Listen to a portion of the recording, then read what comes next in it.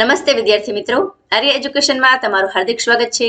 આ વિડીયોમાં આપણે દ્વિતીય સત્રાંત પરીક્ષા એપ્રિલ 2023 અંતર્ગત ધોરણ 7 વિષય હિન્દીના પેપરનું અહીં આપણે સંપૂર્ણ સોલ્યુશન જોવાના છીએ। પેપરનો સમય રહેશે 8 થી 11 અને પેપરના ગુણ છે 80। જેમાં વિદ્યાર્થી મિત્રો પ્રશ્ન 1 છે, પ્રશ્નના ઉત્તર લખો। કુલ ગુણ છે 10, એટલે કે દરેક પ્રશ્નના 5 ગુણ છે। તો તેમાં પહેલો પ્રશ્ન છે, आप अपनी मंजिल पाने के लिए क्या करेंगे। तो मौलिक प्रश्न है, तमे तमारा मौलिक विचारों लखी सको। मैं लख्યું છે, मैं अपनी मंजिल को पाने के लिए खूब सारी मेहनत करूंगा, अपने लक्ष्य को कभी नहीं भूलूंगा, अपने माता पिता और गुरुजी की हर बात मानूंगा, सच्चाई के रास्ते पर ही चलूंगा और अपने पढ़ाई पर पूरा ध्यान दूंगा। इस तरह मैं अपनी मंजिल पाने के लिए हर पूरी कोशिश करूंगा। आगे छे, आप बड़े होकर अपने परिवार की उन्नति के लिए क्या करेंगे। तो ये पण मौलिक प्रश्न है, तमे स्क्रीन पर तेनु सोल्यूशन वांची शको छो। यदि मनुष्य हिम्मत से काम ले तो धरती पर पापों को बढ़ने से रोक सकता है, दुनिया में बढ़ने वाली पशुता कम कर सकता है। इस प्रकार मनुष्य हिम्मत से काम ले तो दुनिया बदल सकता है। 4, निज को तू जान। तो मनुष्य में अद्भुत शक्तियां है, वह असंभव को भी संभव कर सकता है। जो भगवान सब कुछ कर सकता है वह मनुष्य की आत्मा में निवास करता है। मनुष्य में हिमालय जैसा उन्नत दिमाग है, इसलिए कवि कहते हैं कि निज को तू जान। विविध क्षेत्रों में मनुष्य ने क्या क्या प्रगति की है। तो प्रश्न नो आंसर तमे स्क्रीन पर वांची शको छो। पेपर में आगळ छे प्रश्न 2, एमां पण कुल 5 प्रश्न छे, जेना गुण छे 10। तो विद्यार्थी मित्रों, जेमा पहलो प्रश्न है, कर्तव्य प्रसंग से नरेंद्र में कौन कौन से गुण नजर आते हैं।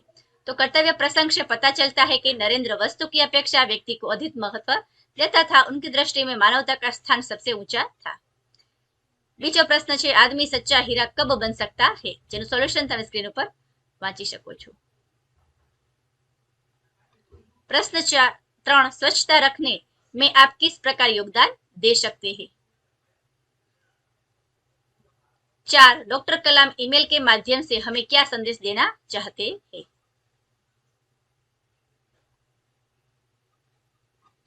और 5, अपना मनपसंद चुटकुला लिखिए। लड़की, तुम्हारा निकनेम क्या है। लड़का बोला, क्या। लड़की, मतलब तुम्हें घर में सब किस नाम से बुलाते हैं। लड़का, कामचोर। तो कोई पण तमे चुटकुलो लखी शको छो। प्रश्न 3, निम्नलिखित अपना कहानी को अपनी भाषा में पूर्ण कीजिए। तो प्रश्न 3 नो आंसर आ मुजब रहशे। दरबारी ने खिड़कियां खोलने का आदेश दिया। खिड़कियां खुलते ही मधुमक्खियां अंदर आ गई। वे असली फूलों की माला पर बैठकर फूलों का रस चूसने लगी।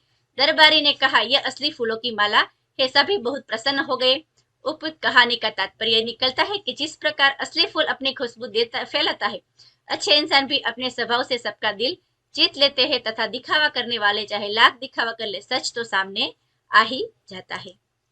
प्रश्न 4 तमे जोई शको छो। निम्नलिखित परिच्छेद को पढ़कर रेखांकित शब्द का लिंग बदलकर परिच्छेद फिर से लिखिए। तो लड़का एनु लिंग परिवर्तन करशो એટલે आंसर થશે ત્યાં આવશે लिंग। પેરેગ્રાફ તમારે એમ જ લખવાનો છે। હિરણની જગ્યાએ તમારે હિરની લખવાનું, ઘોડીની જગ્યાએ ઘોડે, મોરની તો ત્યાં આવશે મોરની, શેર જેનું થશે શેરની, અને હાથી એનું થશે હાથની। બરાબર, હાથની અહીં આન્સર થશે। આ રીતે થોડોક ફેરફાર કરીને તમારે પરિચ્છેદ એમનો એમ લખવાનો હતો। હવે જોઈએ પ્રશ્ન 5 નું સોલ્યુશન। પ્રશ્ન તમે સ્ક્રીન ઉપર વાંચી શકો છો।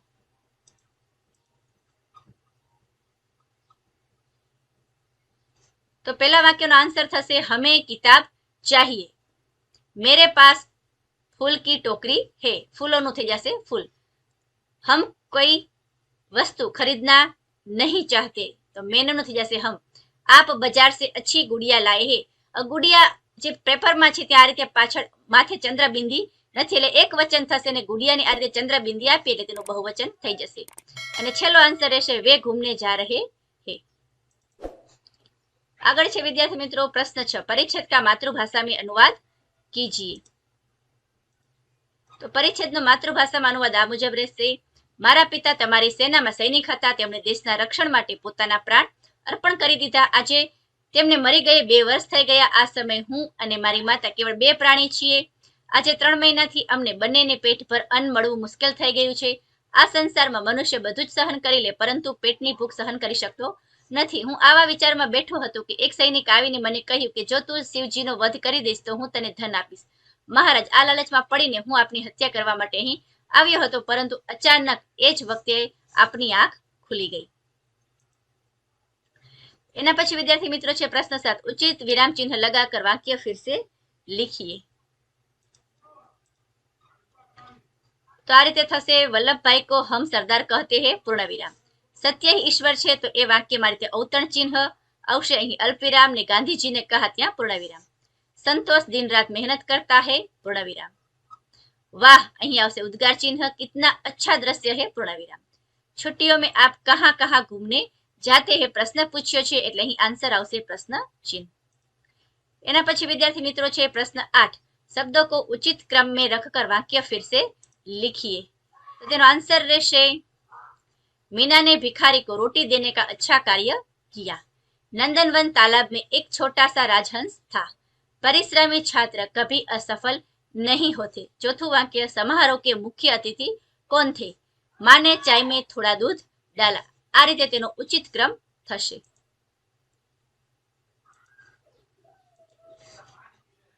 આગળ જોઈએ વિદ્યાર્થી મિત્રો પ્રશ્ન 9, सूचना अनुसार कीजिए. रेखांकित संज्ञा का प्रकार लिखिए. तो गीता જે છે એ છે વ્યક્તિવાચક સંજ્ઞા. अच्छाई तो ત્યાં આવશે ભાવવાચક संज्ञा. ब, रेखांकित शब्द का सर्वनाम बताइए. तो मेरा, એ मेरा शब्द છે પુરુષવાચક સર્વનામ. 2, जैसी करनी वैसी भरनी, ત્યાં આવશે સંબંધવાચક સર્વનામ. આ રીતે તેનો આન્સર રહેશે.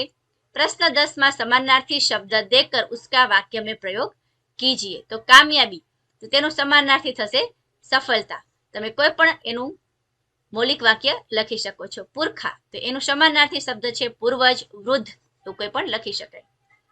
दिए गए शब्दों का विरुद्धार्थी शब्द देकर उसका वाक्य में प्रयोग कीजिए. तो सुंदर, સુંદરનું વિરુદ્ધાર્થી શબ્દ થશે કુરૂપ, જેનું આપણે તમારે કોઈ પણ વાક્ય બનાવી શકો છો. अपना તેનો વિરુદ્ધાર્થી શબ્દ થશે પરાયા. अपनी राय दीजिए. प्रश्न 11, अगर आपके हाथ में सत्ता हो तो आप देश के सुधार की व्यवस्था में कौन से बदलाव करेंगे?